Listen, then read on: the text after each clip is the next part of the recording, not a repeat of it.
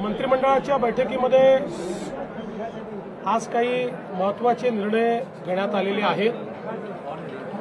यामध्ये विशेषतः गेल्या काही महिन्यांमध्ये सातत्याने महाराष्ट्रामध्ये जी अतिवृष्टी झाली आणि त्यामध्ये शेतकऱ्यांचं जे काही नुकसान झालं या संदर्भात एक आढावा आम्ही घेतला। जवळपास 60 लाख हेक्टरचं नुकसान हे झाल्याचा प्राथमिक अंदाज आहे। यापैकी पहिल्या टप्प्यातलं जे काही नुकसान होतं ऑगस्टपर्यंतचं त्याकरता 2215 कोटी रुपये हे राज्य सरकारने वितरित करणं चालू केलेलं आहे। ई-केवायसीचे जी काही अट होती ती शिथिल करून ॲग्रीस्टॅकच्या रेकॉर्डप्रमाणेच हे पैसे देण्याचा आम्ही निर्णय घेतलेला आहे आणि त्या संदर्भातली कारवाई आम्ही सुरू केलेली आहे। असाही निर्णय करण्यात आलेला आहे की आता पुढच्या 2-3 दिवसात सगळ्या प्रकारची माहिती आमच्यापर्यंत पोहोचेल। काही ठिकाणी पाणी असल्यामुळे योग्य प्रकारचं असेसमेंट घेता येत नव्हतं आणि म्हणून त्यांना अधिकचा वेळ आपण दिलाय। पुढच्या 2-3 दिवसात ही सगळी माहिती पोहोचेल। त्यानंतर शेतकऱ्यांना करावयाची मदत असेल, जी खरडून गेलेली जमीन आहे त्याच्याकरता करायची मदत असेल, विहिरींच्या संदर्भात करायची मदत असेल, घरांच्या संदर्भातली मदत असेल, तातडीची मदत जी आपण सुरू केली आहे त्या संदर्भातले निर्णय असतील, वेगवेगळ्या प्रकारे ज्या ज्या प्रकारचं नुकसान झालेलं आहे त्या सगळ्या नुकसानाच्या संदर्भात एक कॉम्प्रिहेन्सिव्ह पॉलिसी तयार करून आणि ही सगळी जी काही मदत आम्ही करणार आहोत ही पुढच्या आठवड्यामध्ये त्या संदर्भातली घोषणा आम्ही करू आणि शक्यतोवर आमचा प्रयत्न आहे की सगळी मदत ही शेतकऱ्यांना दिवाळीपूर्वी त्यांच्या खात्यामध्ये मिळाली पाहिजे अशा प्रकारचा प्रयत्न आम्ही करणार आहोत। तसाच निर्णय मंत्रिमंडळाने घेतलाय। दुसरं मंत्रिमंडळाने हाही निर्णय घेतलेला आहे, सातत्याने ओला दुष्काळाची मागणी होत असते पण मॅन्युअलमध्ये ओला दुष्काळ कुठेही नाही, आजपर्यंत कधी ओला दुष्काळ जाहीर झालेला नाही।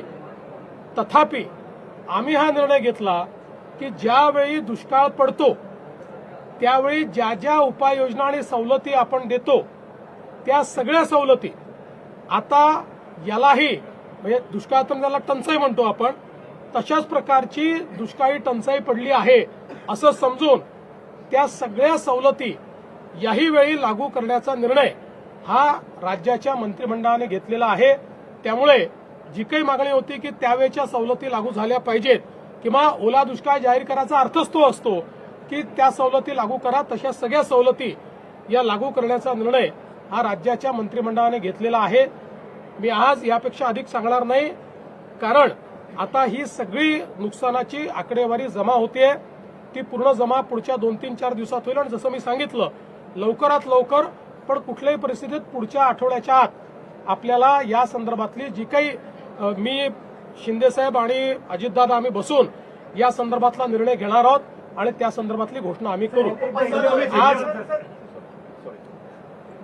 राज्याच्या मंत्रिमंडळाने आज अजून काही महत्त्वपूर्ण या ठिकाणी निर्णय केलेले आहेत ज्याच्यामध्ये राज्याची एक सर्वंकष कॅन्सर सेवा policy, comprehensive cancer care policy ही आपण तयार केलेली आहे।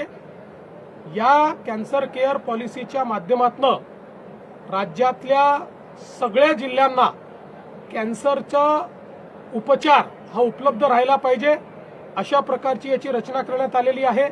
याच्यामध्ये L1 apex centre, L2 centre आणि L3 सेंटर याचं जाळं आपण तयार करतो आहोत जेणेकरून कोणालाही कॅन्सर सारख्या या बिमारीची ट्रीटमेंट मिळण्याकरता त्यांच्या जिल्ह्यामध्येच जवळपास महत्त्वाच्या गोष्टी उपलब्ध असतील। काहींना काही गोष्टींकरता L2 सेंटरला काही ठिकाणी जावं लागेल पण याच्यामुळे खूप मोठ्या प्रमाणात कॅन्सर याचा जे काही रोगनिदान आणि त्याच्यावर उपचार आहेत त्याची सुलभता आणि त्याची कॉस्ट कमी करणं हा याच्या पाठीमागचा उद्देश आहे। हे देखील राज्याच्या वतीनं आम्ही करणार आहोत। आज राज्याने आपली GCC पॉलिसी ही देखील या ठिकाणी मान्य केलेली आहे। जीसीसी म्हणजे ग्लोबल कॉम्पिटिटिव्ह सेंटर, या जीसीसी मध्ये आपल्याला त्या ठिकाणी मोठ्या प्रमाणात गुंतवणूक येणार आहे आणि ही जी काही गुंतवणूक येणार आहे ती गुंतवणूक महाराष्ट्रामध्ये आपण कॅप्चर करायची ग्लोबल कॅपॅबिलिटी सेंटरमध्ये, अशा प्रकारचा आपला प्रयत्न आहे. हे ग्लोबल कॅपॅबिलिटी सेंटर मोठ्या प्रमाणात रोजगार देणारे सेंटर आहेत. ज्या प्रकारे मागच्या काळामध्ये बीपीओंनी आपल्याला खूप मोठ्या प्रमाणात रोजगार दिला, तसंच आता हे ग्लोबल कॅपॅबिलिटी सेंटर्स जीसीसी रोजगार देणारे आहेत.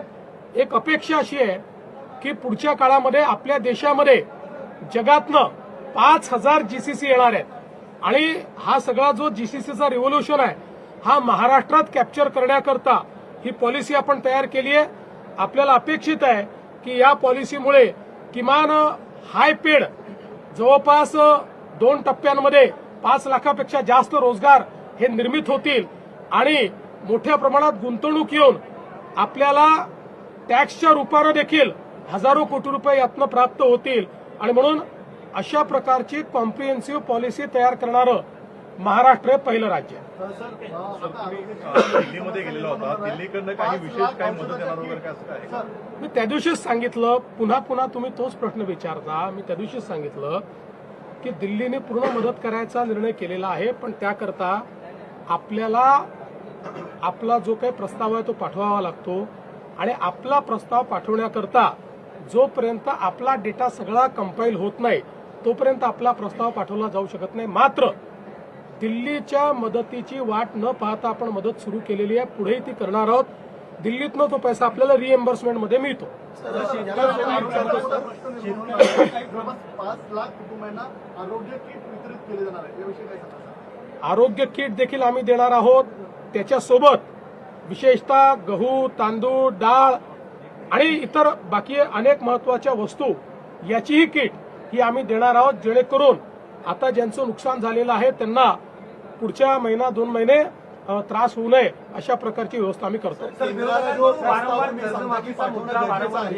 तर हा प्रस्ताव कधीपर्यंत जाऊ शकतो साधारणतः पंचनामे? मला असं वाटतं की या संदर्भात आता मी किती वेळा तेच ते तुम्हाला सांगायचं, हे सगळं आल्यानंतर पहिल्यांदा तुम्ही हे लक्षात घ्या की केंद्राला प्रस्ताव जाईल, केंद्रातनं पैसे मिळतील, पण त्याकरता आपण काही अडलेलं नाही. आपण आपल्या निधीतनं ते पैसे देणं सुरू करणार आहोत आणि केंद्राकडनं ते रिएम्बर्स होईल. त्यामुळे शेवटी केंद्राला आपल्याला एकदाच प्रस्ताव पाठवता येतो, वारंवार पाठवता येत नाही. त्यामुळे सगळे नुकसानीचे अंदाज आल्यानंतर जर प्रस्ताव पाठवला तर आपल्याला पैसे मिळतील. काही गोष्टी अशाही निघतील की ज्या केंद्राच्या निकषातच बसणार नाहीत, एनडीआरएफच्या निकषात बसणार नाहीत, अशा काही गोष्टी असतील. उदाहरणादाखल विहीर खचून गेली तर एनडीआरएफच्या निकषात ती नाही, पण त्याला आपण एनडीआरएफच्या निकषाच्या बाहेर जाऊन आपण पूर्णपणे मदत करू असा आपला निर्णय.